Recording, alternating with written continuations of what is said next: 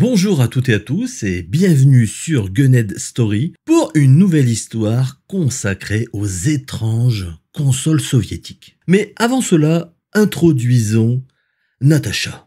Monsieur l'ambassadeur vient de vous inviter à une soirée type Ferrero Rocher et sans aucun doute vous serez confronté à d'autres individus. Qu'ils soient de sexe masculin ou féminin, vous n'aurez pas d'autre alternative que d'engager la conversation. Ressaisissez-vous, que diable, se goinfrer sans parler n'est pas une option valable. Idem si votre belle-mère vous invite à un repas de famille. Il va falloir faire mieux que votre beau-frère qui occupe un super poste dont l'intitulé vous échappe complètement. Peut-être aussi parce que vous vous en contrefichez royalement. Ce dernier va saouler tout le monde avec ses trucs économiques auxquels personne ne peut répondre, si ce n'est un timide « Bah ouais, hein, c'est la mondialisation ». Résultat des courses, il aura focalisé toute l'attention sur lui pendant toute la durée du repas. Votre belle-mère le vénérera jusqu'à sa mort et votre femme regrettera que sa sœur ait fait un meilleur choix qu'elle en matière de mâle domestique. Non. Il faut trouver l'angle d'attaque pour monopoliser majestueusement la parole et ne souffrir d'aucune contestation possible. Si la politique, l'économie, les étrangers sont des sujets très casse-gueule, car soumis à l'expertise éclairée des autres convives, vous êtes certain qu'aucun de ces blaireaux ne pourra ramener sa fraise avec les jeux vidéo. Oui, vous pourriez être choqué par mes propos outranciers, mais ne nous voilons pas la face. Il est de notoriété publique que votre belle famille est constituée principalement de blaireaux. Bref, si vous ne voulez pas être au banc de la société en n'ayant aucune conversation intéressante à proposer à votre auditoire, eh bien écoutez, cette histoire va vous aider à briller de mille feux et à épater la galerie en vue de charmer la délicieuse Natacha, située non loin d'une pyramide de rochers Ferrero. En effet, vous n'êtes pas sans savoir que la pulpeuse Natacha Rougolowski, attachée d'ambassade en charge des quotas laitiers, vous dévore des yeux depuis que vous débitez sans fin une science vidéoludique que tout le monde pense infuse. C'est que Natacha est à ranger dans la catégorie des femmes sapiosexuelles. Pour ceux qui l'ignorent, la sapiosexualité est le fait d'être attiré par des personnes intelligentes. C'est très pratique quand on ne peut pas tout miser sur sa plastique personnelle, son manque de charisme et son compte en banque famélique. À ce moment précis de l'histoire, je me rends compte qu'il y aura peut-être des auditrices. Si tel est le cas, bienvenue mesdames, et merci de remplacer Natacha par Jimmy. Bûcheron dans l'état du Nevada. Un type torse nu qui transporte des poutres et qui transpire. Bon, ça fait toujours son petit effet auprès de la jante féminine, donc voilà. Vous alternerez entre Natacha et Jimmy. Mais revenons-en à Natacha. Mesdames, vous avez compris le principe, donc je vous laisse faire l'exercice de transposition chez vous, dans votre esprit. Un petit effort mental ne vous fera pas de mal. Le pas assuré, vous vous approchez de la divine russe. Vous vous saisissez d'un Ferrero Rocher. Alors, truc et astuce, évitez d'en prendre un au niveau de la base, la pyramide pourrait s'écrouler. Vous le déballez et le proposez à la voluptueuse femme qui se dresse fièrement devant vous, mais qui est néanmoins légèrement déstabilisée par votre audace. Truc et astuce, ouvrez le Ferrero Rocher en conservant l'emballage, de manière à ce qu'il couvre la paume de votre main quand vous le tendez à votre interlocutrice. En effet, le mettre à même la main n'est pas très hygiénique, la sueur de votre main moite va s'attaquer aux éclats de noisettes. Une fois en bouche, Natacha percevra un petit goût salé et en déduira que vous êtes un peu stressé et à minima que vous avez une sudation excessive. D'autre part, si vous êtes sujet aux verrues, l'emballage pourra judicieusement les cacher. Voilà, fin de la rubrique trucs et astuces. Théoriquement, Natacha ne devrait pas mettre le rocher intégralement dans la bouche. C'est une femme de haut rang, elle travaille à l'ambassade quand même. Et la bienséance veut que l'on croque un fragment de chocolat, de manière à poursuivre la discussion. Si jamais elle l'engloutit d'un coup et en déballe un second pour le mettre aussi dans sa bouche, attention, c'est qu'elle a un problème avec l'alimentation. Pendant qu'elle est occupée à essayer de retirer avec sa langue un éclat de noisette coincé entre deux dents, profitez-en pour lancer la conversation. Bien évidemment, un kidam peu érudit balancerait un pitoyable « Eh, vous êtes russe? Ça tombe bien, j'adore Tetris !» Non, sérieusement, évitez de parler de Tetris à une russe. C'est comme si on vous disait « Eh, vous êtes français, ça tombe bien, j'adore les bérets et les baguettes de pain !» N'oubliez pas que vous êtes face à une sapiosexuelle. Il va falloir l'impressionner autrement qu'avec des lieux communs. Comme le disait le regretté Pierre Desproges, l'intelligence c'est comme les parachutes. Quand on n'en a pas, on s'écrase. Il faut lui démontrer que vous connaissez bien son pays et sa culture. D'ailleurs, sur ce dernier point, le même Pierre Desproges disait « La culture, c'est comme l'amour. Il faut y aller à petits coups au début pour bien en jouir plus tard. » Alors, truc et astuce, la citation est un outil redoutable car elle vous fait passer pour quelqu'un de cultivé, alors qu'en vérité, vous n'êtes qu'une triple buse qui a juste retenu quelques citations lues dans Figaro Madame lors d'une visite dans la salle d'attente chez votre dentiste. Les hommes politiques usent et abusent des citations, quand vous les écoutez, vous vous dites « Ah ouais, il est pas con lui !» Bon, à la vérité, ce n'est qu'un vil subterfuge pour se donner de l'épaisseur. Le meilleur stratagème est de décontenancer Natacha en évoquant la console russe Dendy. Natacha, une question me taraude l'esprit. Est-ce que dans votre insouciante jeunesse, vos délicats petits doigts tapotaient la manette de la console Dendy? Dès lors, vous verrez son visage s'illuminer, les yeux embués d'une enivrante nostalgie. Elle vous répondra d'un ton suave « Da, j'ai beaucoup joué avec mes frères à console Dendy. » Inutile de le préciser, vous avez fait la moitié du chemin pour conquérir la douce Natacha. Ne me remerciez pas, nous n'en sommes qu'au début de cette histoire. Un dandy? Non, on dit une dandy. Bon, alors puisque nous en sommes à draguer une attachée d'ambassade russe, autant directement enclencher avec la console Dendy le fer de lance vidéoludique de cette glorieuse nation slave. Toutefois, dire qu'il s'agit d'une console est erroné. En effet, Dendy se conjugue au pluriel puisqu'il s'agit en vérité d'un terme générique qui désigne une gamme de consoles. En effet, nous avons la Dendy de base dite classique, la Dendy Junior, sans doute la plus populaire, ou encore la Dendy Pro. En 1992, un homme d'affaires nommé Viktor Saviuk constate l'incroyable succès mondial des consoles de jeux vidéo estampillées Nintendo. Il s'est dit qu'il serait dommage que le marché russe soit privé d'une telle machine. D'autant plus que Nintendo méprise complètement les marchés de l'Europe de l'Est. Notre ami russe va donc entamer les démarches pour commercialiser un clone de la Famicom, c'est-à-dire la NES chez nous.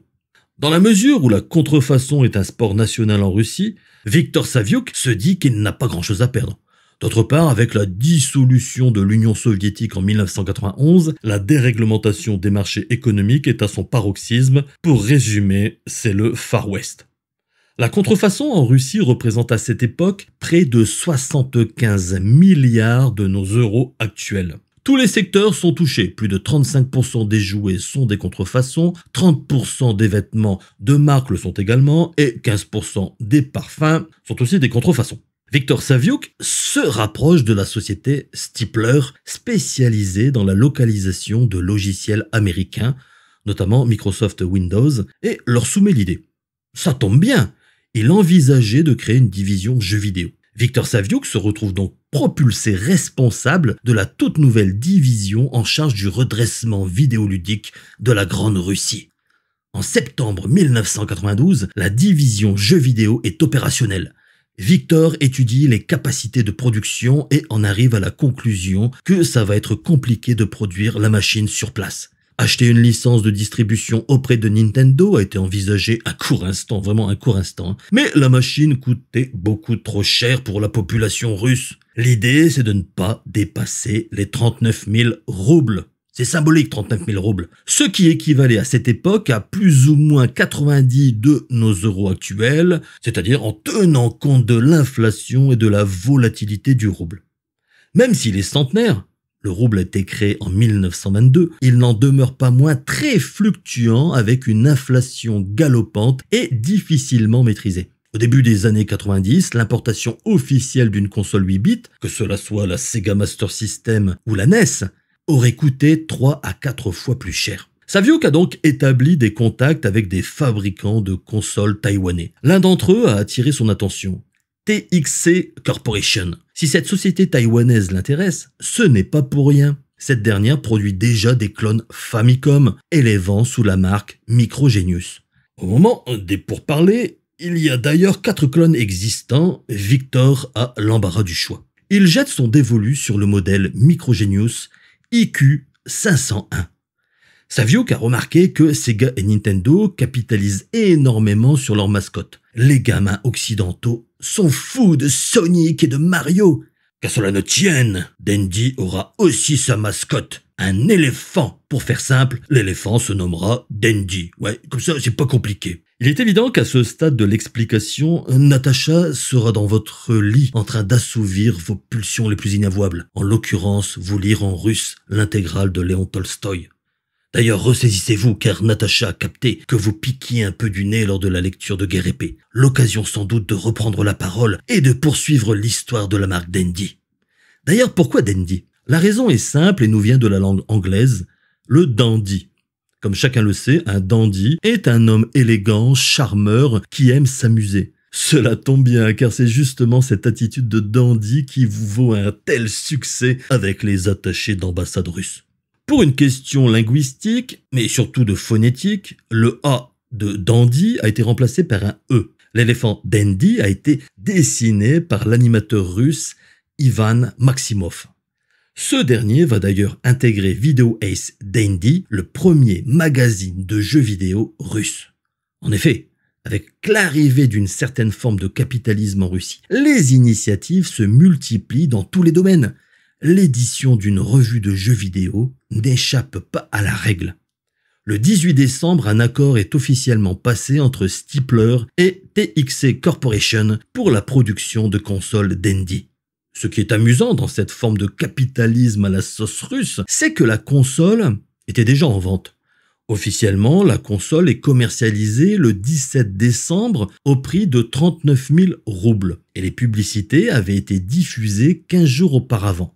D'autre part, des consoles tombées du camion étaient déjà vendues sur de nombreux marchés. La corruption était toujours très forte au début des années 90 et pour faire sauter certains verrous administratifs, il fallait savoir arroser pas mal de fonctionnaires. À l'approche de Noël 1992, quoi de mieux qu'une console de jeu pour satisfaire un père de famille en mal d'inspiration pour faire plaisir à ses rejetons? Inutile de le préciser, ce clone de console NES Famicom est un véritable carton et de nombreuses consoles sont écoulées pendant la période des fêtes.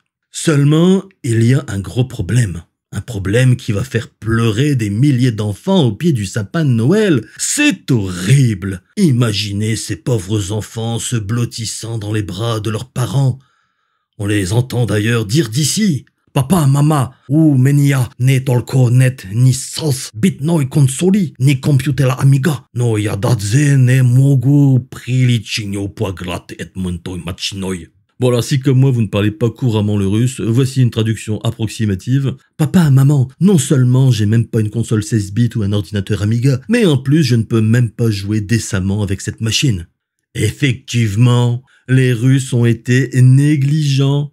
La norme vidéo utilisée par les Taïwanais est le PAL. Ouais, le PAL. Or, en Russie, c'est la norme vidéo SECAM-DK qui est majoritairement utilisée. De plus, il s'agit de la variante PAL-I qui est basée sur le système anglais. Elle s'est répandue en Asie via Hong Kong, ancienne colonie anglaise.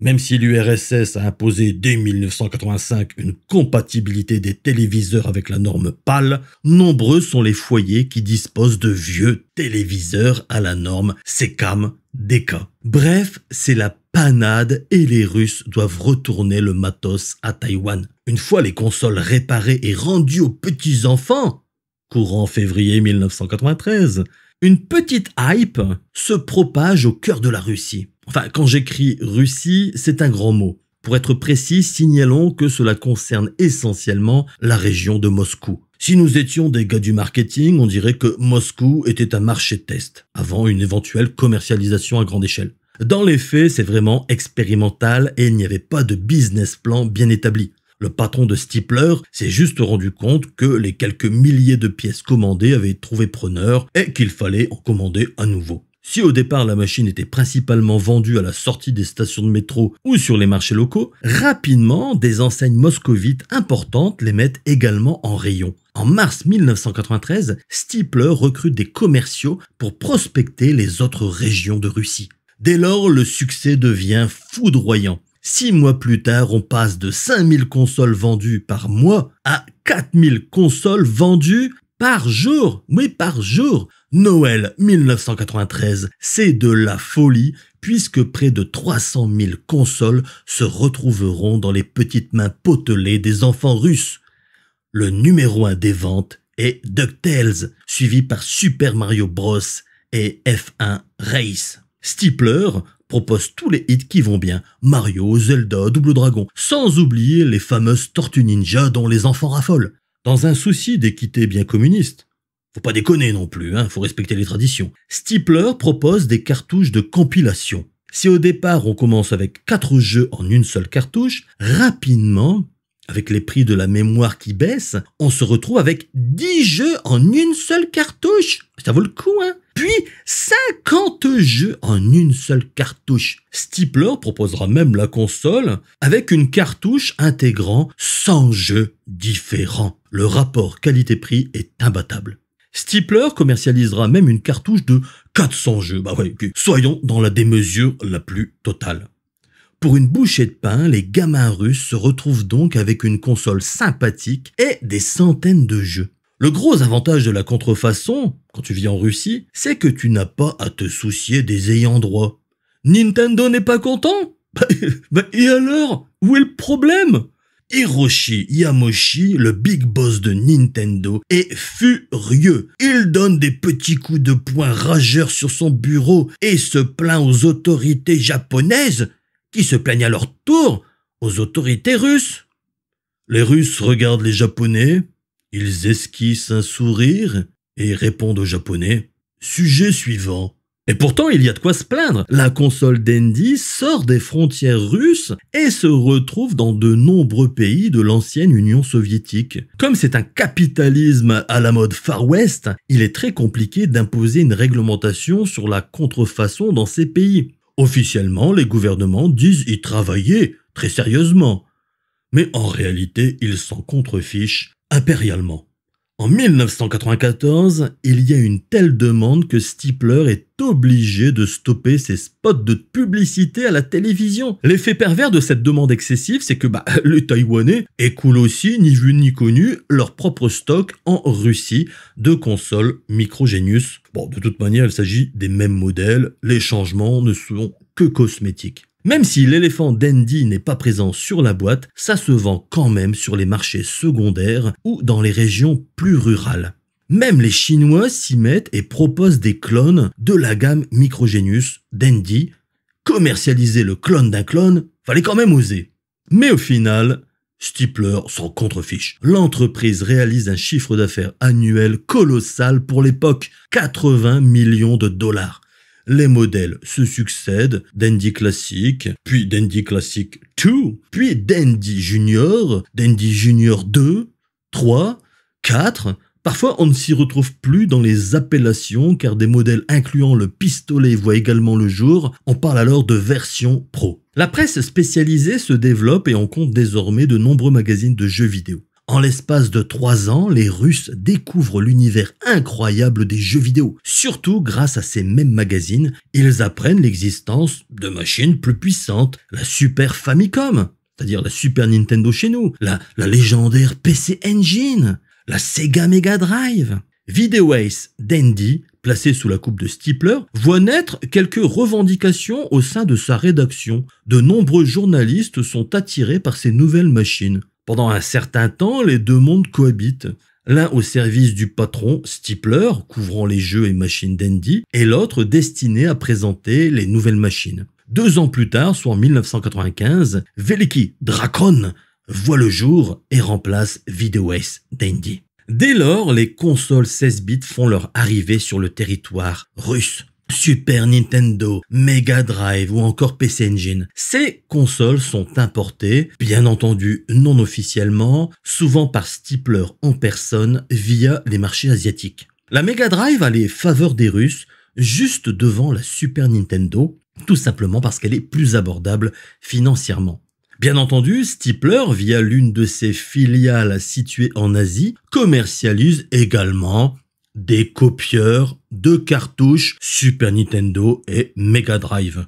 Il s'agit de systèmes au nom exotique, Magicom, Doctor, Profighter Q, etc., qui viennent se greffer sur le port cartouche de la console. Comme ça, vous mettez votre cartouche, vous mettez une disquette et vous recopiez la cartouche sur la disquette. Puis après, vous rendez la cartouche ou vous la revendez. Bref, ça permet de faire des économies substantielles, ces histoires de copieurs.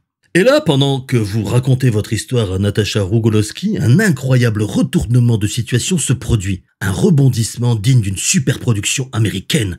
Natasha fond en larmes. Elle tente péniblement de réprimer ses sanglots, mais sa détresse est trop profonde. Interloquée, vous lui demandez ce qui se passe. Entre deux inspirations saccadées, elle avoue. Я тебе наврал. Я не русских, белорус, столнускис. С такой харизмой не становится салько. De тебе сидит простит меня. Avec une fermeté teintée de bienveillance, vous lui demandez de traduire et elle s'exécute. Je t'ai menti, je ne suis pas russe, mais biélorusse. Devant un tel charisme, je me sens piteuse. Puisses-tu avoir la force de me pardonner? Et c'est précisément à ce moment-là qu'il vous faudra faire une pirouette magistrale. Bien évidemment, vous devez être magnanime, car entre nous, on se contrefiche royalement de ses origines. Mais parallèlement, il faudra l'impressionner pour conserver ses faveurs. Une seule alternative possible, Alf. Alors oui, pour beaucoup d'entre nous, Alf est un sympathique extraterrestre qui déboule dans la vie tranquille de la famille Tanner et qui accessoirement aime bien manger des chats. Mais à la vérité, Alf est la seule console de jeux vidéo d'origine biélorusse. Conscient qu'il est anormal que les petits-enfants soviétiques soient privés de jeux vidéo, alors que les sales gosses capitalistes se vautrent dans la luxure vidéoludique, les huiles du Parti communiste commandent au Bureau d'études spéciales de Brest, oui en Biélorussie, pas en Bretagne, une console de jeux vidéo. Ils décident de la nommer Alf TV Game, mais on la trouve parfois sous l'appellation Elf. Ouais, c'est toujours le fameux A et E. Bon, les Russes, ils ont un peu de mal avec ça, mais bon, elle s'appelle Alf ou Elf, peu importe. Fidèles à leurs habitudes, les Soviétiques ne s'embarrassent pas avec une quelconque histoire de droit. Ils repompent la technologie du Sinclair ZX Spectrum, qui, comme chacun le sait, fut un ordinateur très populaire outre-Manche. Une popularité qui se répandit aux quatre coins de la planète, sauf chez nous, où on lui préférait l'Amstrad CPC 464 ou l'Amstrad CPC 6128 qui lui avait un lecteur de disquette. On imagine bien un ingénieur biélorusse se procurer la machine grâce à l'intermédiaire d'un diplomate qui ramena au bercail un ZX Spectrum et une multitude de jeux vidéo. Tiens camarade, je te ramène ta machine capitaliste, acquise au péril de ma vie, dans l'un de ces lieux de débauche que l'on appelle centre commercial. Je t'ai aussi pris des jeux vidéo, comme demandé. Celui-là, avec la femme au gros nichon, semble bien se vendre. Mais sois prudent. Les femmes occidentales sont subversives et avides d'argent. Il faudra mettre une courageuse slave à la place. L'air hagard, Dimitri regarde la jaquette du jeu Barbarian sur laquelle pose la plantureuse Maria Whittaker. Merci beaucoup, Andrei, pour tes efforts. Le comité régional sera informé de ta parfaite collaboration. Si jamais tu as d'autres visuels subversifs de la madame anglaise, je suis preneur. C'est pour la science soviétique, mon dada, c'est l'étude des implants mammaires. Le processeur central de l'ordinateur ZX Spectrum est un Zilog Z80. Mais là encore, on ne va pas enrichir les bourgeois californiens. Alors on va utiliser un clone fabriqué en Russie. Le T34VG1, produit par l'usine Angstrom de Zelenograd, elle-même sous le contrôle de l'Institut de recherche scientifique sur la technologie de précision de l'Union soviétique, présidé d'une main de fer par Vladimir Serguevitch, qui, soit dit en passant, a reçu le titre suprême de héros du travail socialiste avec l'ordre de Lénine et la médaille du marteau et de la fossile pour ses réalisations scientifiques et industrielles exceptionnelles. Théoriquement, quand vous prononcez cette dernière phrase, Natacha, tout émoustillée, devrait avoir les warnings activés. C'est-à-dire il faut comprendre, avoir les tétons qui pointent. C'est bon signe. Continuez sur votre lancée. Concernant les jeux, les Biélorusses ne vont pas s'embarrasser. Eh les gars, on pille les meilleurs jeux pour Spectrum. On les localise pour que les gamins comprennent le principe et on vend le tout sous forme de compilation de jeux. Une pléiade de titres, pour la plupart anglais, se retrouve donc convertis sur la console Alf. Chose cocasse, les Biélorusses du Bureau d'études spéciales de Brest améliorent l'ergonomie des jeux. En effet, ils se rendent compte que les jeux originaux, jouables avec un joystick comprenant un seul bouton de tir, ne permettent pas une maniabilité optimale. Leur console étant livrée avec un joypad, c'est-à-dire une manette à 2 boutons, comme sur la Famicom ou la NES, ces derniers seront pleinement exploités, respectant le dogme immuable imposé par le seigneur Nintendo. Un bouton pour le tir et un bouton pour le saut, tu dois avoir. Ainsi ai-je parlé. La console était livrée avec 3 jeux embarqués, le mythique Neknopeth, qui, vous en conviendrez, assuré à mort. Oh là là, que de temps passé sur Beknopeth. Et puis, la musique du générique TV résonnait en boucle dans ma tête. Impossible de s'en dépêtrer. D'ailleurs, je suis certain que toi, lecteur âgé et légèrement tremblotant, qui a usé sa main moite sur le stick de son Amstrad CPC 464 ou de son Commodore 64, connaît par cœur Beknopeth. Il faut juste que l'on demande à Natacha de nous traduire le terme. Beknopeth, ça veut dire hélicoptère, nous dit-elle en mimant avec son index la rotation des pales de l'engin. En réponse, vous avez une furieuse envie de lui montrer que vous aussi vous savez mimer un hélicoptère, mais sans les mains. Bon, toutefois, vous vous contenez car ça ne serait pas très classe. Alors, derrière le terme hélicoptère se cache en fait une repompe parfaite du jeu Airwolf 2. Et Airwolf, ce n'est ni plus ni moins que Supercopter. Bah ouais, la série télévisée américaine que je regardais avidement quand j'avais 13 ans, soit en 1986, sur la regrettée chaîne française, la 5. Le héros de la série, Stringfellow Hawk, incarné par Ian Michael Vincent, est devenu mon acteur préféré. Je lui prédis un grand avenir car il a tout pour plaire. Charismatique, beau et musclé, le tout saupoudré d'un petit côté énigmatique. Comme pour de nombreuses consoles en lesquelles je croyais dur comme fer, j'avais tout faux. L'acteur connaîtra une déchéance totale, drogue, alcool, divorce, il aura un accident de la route qui lui laissera des cicatrices au visage. Ruiné, il tentera de mettre fin à ses jours en percutant un mur avec sa voiture. Il se loupera mais gardera des séquelles irréversibles. Suite à une septicémie, il sera amputé à 2 reprises et ne se déplacera plus qu'en fauteuil roulant. Il meurt en 2019 à l'âge de 74 ans, ce qui est tout de même pas mal pour un jeune premier qui s'est brûlé les ailes sur l'autel de la célébrité. Bref, tout ça pour dire que j'aimais bien Airwolf Supercopter ainsi que sa suite Airwolf 2. Le voir ainsi dans sa version ZX Spectrum remaniée sur une console biélorusse fait donc chaud au cœur. Le second titre se nomme Knarmeknaf.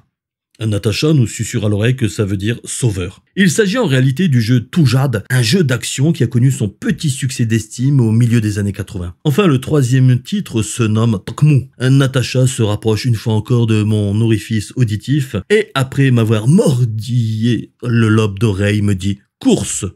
Comme chacun le sait, derrière course se cache le jeu Enduro, le jeu vidéo de course développé par Larry Miller, l'un des pères fondateurs d'Activision.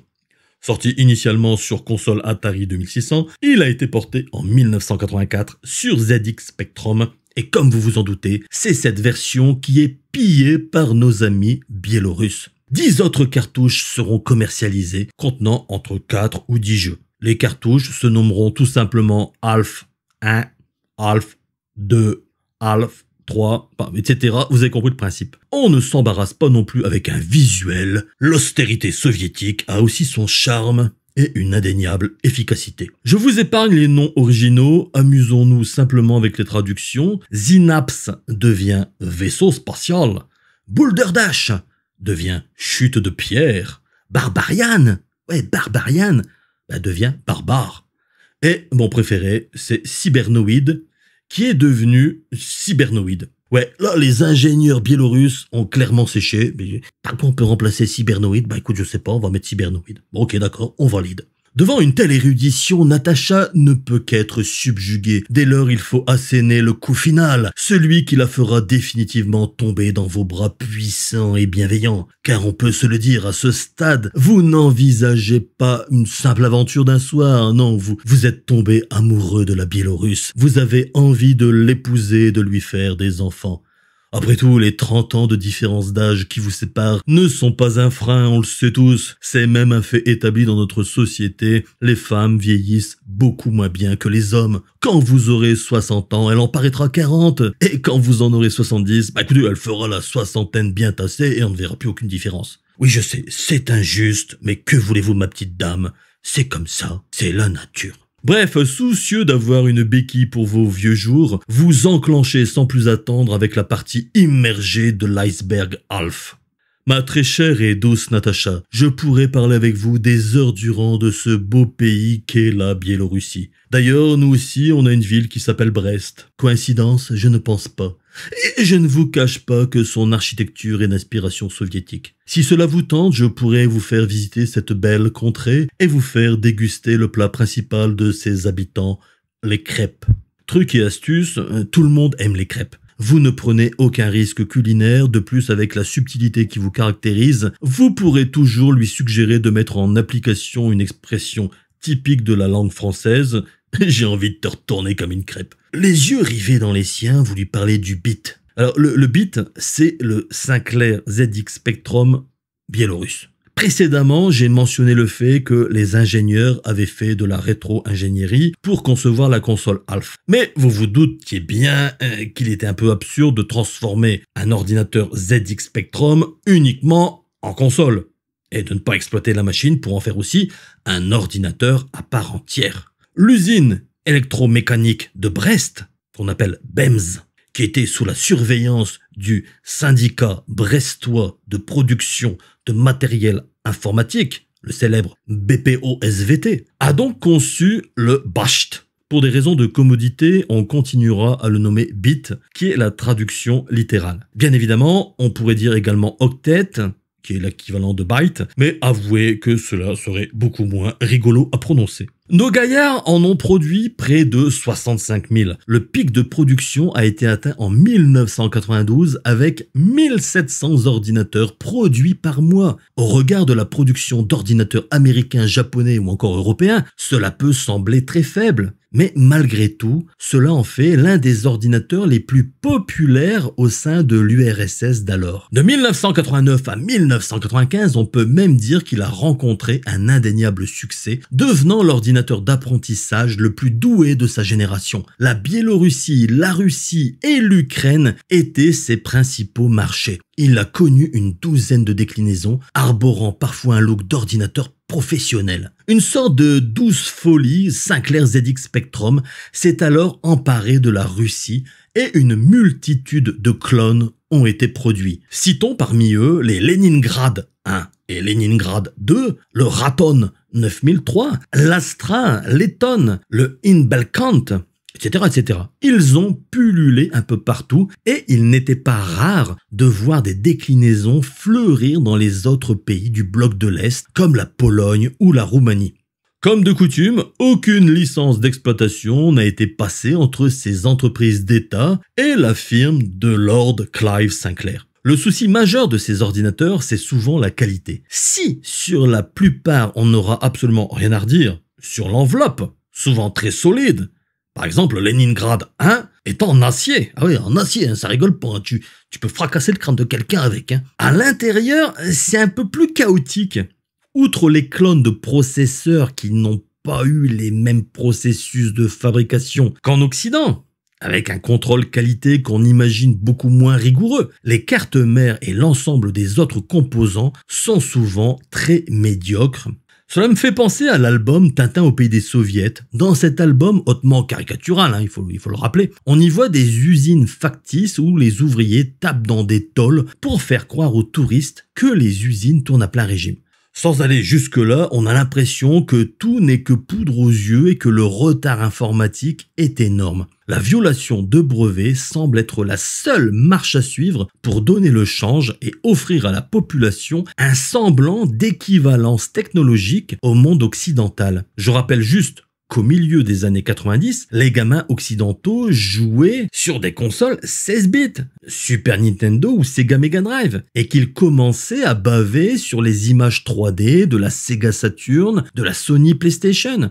Les meilleurs ordinateurs se nommaient Atari 520 ST ou Amiga 500, eux aussi des ordinateurs 16 bits. Et les férus d'informatique basculaient de plus en plus vers des PC dopés aux amphétamines avec des cartes son, des lecteurs CD-ROM et des super cartes graphiques. Pendant ce temps, les enfants de l'Union soviétique découvraient un clone de NES Famicom et pour ceux que la chose informatique intéressait, un clone de ZX Spectrum avec ses malheureux 48 kilooctets. Et ouais, c'était la seule alternative intéressante. Cependant, loin de moi l'idée d'être condescendant ou de me moquer de ce décalage technologique. Il faut relativiser. Quand on ne connaît pas ce qui existe ailleurs, écoutez, on se satisfait de ce qu'on a. En l'occurrence, les gamins de l'Union soviétique furent heureux de découvrir les jeux de la NES et de s'initier à l'informatique avec des machines qui faisaient parfaitement le job. Et là, satisfait de votre récit que vous pourriez qualifier de brillant, vous contemplez Natacha. Vous espérez l'avoir définitivement conquise à votre cause et vous vous apprêtez à baisser votre pantalon pour commencer à lui faire un bébé. Mais soudain, c'est le drame. Natacha fond en larmes. On peut même s'autoriser à penser qu'elle est complètement anéantie par votre exposé. Déstabilisée, vous lui demandez ce qu'il se passe. Entre deux sanglots difficilement contenus, elle lâche un cinglant. Mojego, mladeczko bluta udalil to computer bit kondensator bil ploko pripajan iz klawiatury noczalanit. Iti dwostpokla bolesneni iti verkulic ostav meniave pokoye. Avec la célérité qui vous caractérise, vous tendez vers elle votre téléphone portable afin d'obtenir une traduction instantanée. Le verdict est sans appel. Mon petit frère est mort électrocuté par un ordinateur de la marque Bit. Le condensateur était mal soudé. Un filament dépassait du clavier en acier. Ces souvenirs sont trop douloureux et tu les as ravivés. Laisse-moi seul. Alors là, petite parenthèse, truc et astuce, ne jamais faire de blagues sur l'électrocution. Grande est la tentation de lui demander si, lors de l'électrocution de son frère, elle a vu son squelette, comme dans un dessin animé. Mais ça serait franchement déplacé. En effet, la qualité des dessins animés russes laissant à désirer, il n'est pas certain quelle est la ref. Vous feriez un bide qui ne ferait que rajouter du malaise à la tristesse. Malgré tous vos efforts, votre tentative de séduction échoue lamentablement.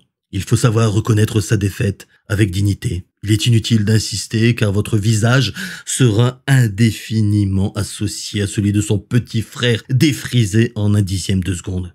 La moralité de cette histoire, c'est que trop point n'en faut, sachez-le. Il faut toujours garder à l'esprit que le storytelling a ses limites. Dandy et Alf se suffisaient à eux-mêmes.